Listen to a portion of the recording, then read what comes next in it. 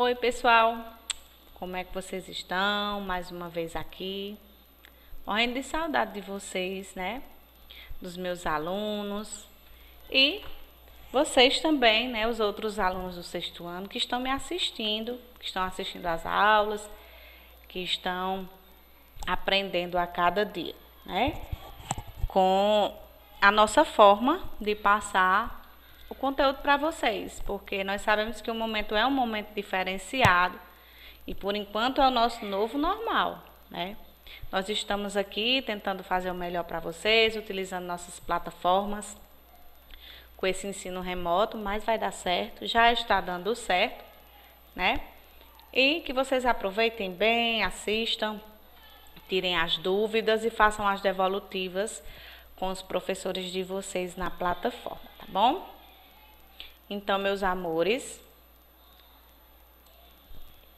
vamos continuar, né, nossa conversa de hoje, nosso diálogo. E hoje nós vamos falar um pouquinho sobre um gênero que vocês já estudaram, né? Um gênero lindo, certo? Que tem musicalidade, que tem rimas, que permite você, né, utilizar a linguagem de diversas formas. Será se vocês lembram? Poema, né? Então, hoje nós vamos trabalhar os textos poéticos, o poema, né, a poesia, tá certo? Para que nós possamos retomar as características desse gênero, entender, né, esse mundo tão maravilhoso que é o mundo dos textos em versos, que é o nosso poema. Nós estamos estudando aqui nas nossas aulas de língua portuguesa, não é isso? Primeira coisa, lembrando que o poema ele é um texto, né, que ele é composto por versos. Lembrando que o verso é cada linha do nosso texto aqui, ó. Certo? Nós temos cada linha dessa compondo um verso. E o conjuntinho dos versos, percebam que há versos bem alinhados, né, verticalmente, um abaixo do outro. Aí você percebe um espaço para começar outros versos. São estrofes, né? Estrofes são agrupamentos de versos. Nos nossos poemas, nós temos as rimas, né? Que são aquelas palavras, geralmente elas aparecem no final do verso, né? Os fonemas, eles são iguais ou semelhantes, possuem o mesmo som. E essas rimas, elas vão dar musicalidade, né, ao poema, fazendo com que o poema ele fique bem gostoso de ser pronunciado. E no poema nós percebemos também que nós não temos narrador, nós temos eu lírico, que é a voz que fala no texto. Esse eu lírico pode estar triste, esse eu lírico pode estar feliz. Então, para você identificar quem é o eu lírico, você tem que perceber qual é o sentimento expresso no texto, que eu não vou chamar de narrador, eu vou chamar de eu lírico. Narrador é quem fala, né, quem conta a história de um texto em parágrafos, né, que são os textos em prosa. Aqui eu tenho um poema Convite, né, de Paulo Paes, e ele diz assim: poesia. Poesia é brincar com as palavras, como se brinca com bola, papagaio, peão. Só que bola, papagaio, peão, de tanto brincar se gastam. As palavras não. Quanto mais se brinca com elas, mais novas ficam. Como água do rio, que é água sempre nova, como cada dia que é sempre um novo dia. Vamos brincar de poesia? Então aqui, né, nesse poema, Paulo Paes, ele vai falar sobre a linguagem, sobre as palavras, lembrando que a poesia está dentro do poema. Quando eu falo em poema, eu me lembro de estrutura, versos, estrofes, rimas. A poesia é esse jogo de palavras, são as rimas, né, as figuras de linguagem que a gente utiliza dentro do poema, né, para fazer uma comparação, para expressar um som dentro do próprio poema. Então, a poesia diz respeito ao jogo, né, das palavras, é a linguagem como ela é apresentada no texto poético. Não é isso? Aqui, nós temos alguns questionamentos sobre essa poesia de Paulo Paes, que vocês façam aí no caderno, tá? E entrega para o professor. O que é poesia para Paulo Paes? né? Então, o que é que Paulo Paz diz sobre a poesia? Ele diz que poesia é brincar com as palavras, como se brinca com bola, com papagaio, com peão. Quem é o poeta, de acordo com a visão do autor do poema? Então, você vai procurar quem é o poeta, né, de acordo com a visão. Tá certo? Você vai procurar no texto, né, para que você possa dizer quem é o poeta, ok? Aí nós temos a terceira, que o autor pretende dizer ao seu leitor. Você vai dizer, né, o que é que ele pretende dizer? Ele fala que o poema é algo gostoso de se brincar, é algo divertido, né? Você faz a leitura do texto e tenta, né, fazer essa sua percepção em relação ao que o autor acha, né, sobre o que é poesia. Ler poesia pode ser uma brincadeira? Por quê? Para você, ler poesia pode ser uma brincadeira? O que é que você acha? Responde lá no caderno. Nesse slide, né, vem sistematizando todas as características do poema, né, os elementos que há dentro dele. A estrutura, né, a estrutura é como ele é organizado, versos, estrofes, rimas ou versos brancos. O ritmo, que é a alternância de sílabas fortes com sílabas fracas. A linguagem conotativa, que é a linguagem figurada, né, a metáfora, a comparação, a personificação, que é você atribuir, a personificação é você atribuir, né, características humanas a seres que não têm vida. E a onomatopeia, né, é a figura sonora, né, que faz com que sejam representadas as imagens, né, o tum, paf.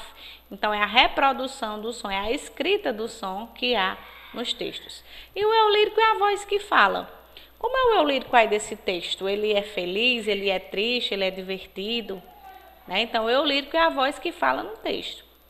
Falando em figuras de linguagem, né, que vocês já estudaram em aulas anteriores, nós estudamos a aliteração e a assonância, né, que são figuras de repetição, que ajudam muito na questão da pronúncia, do ritmo. E a aliteração é quando há a repetição de sons consonantais no texto. Boi bem bravo, bate baixo, bota babá, boi berrando. Então, essa repetição de consoantes nos versos, de consoante nos textos, a gente chama de aliteração. E as vogais, a gente chama de assonância. Quando é repetida várias vezes a vogais nos textos, a gente diz que ali tem, né, uma figura sonora chamada de assonância, ok? Aqui eu tenho um exemplo, né, de aliteração e assonância nos poemas, certo?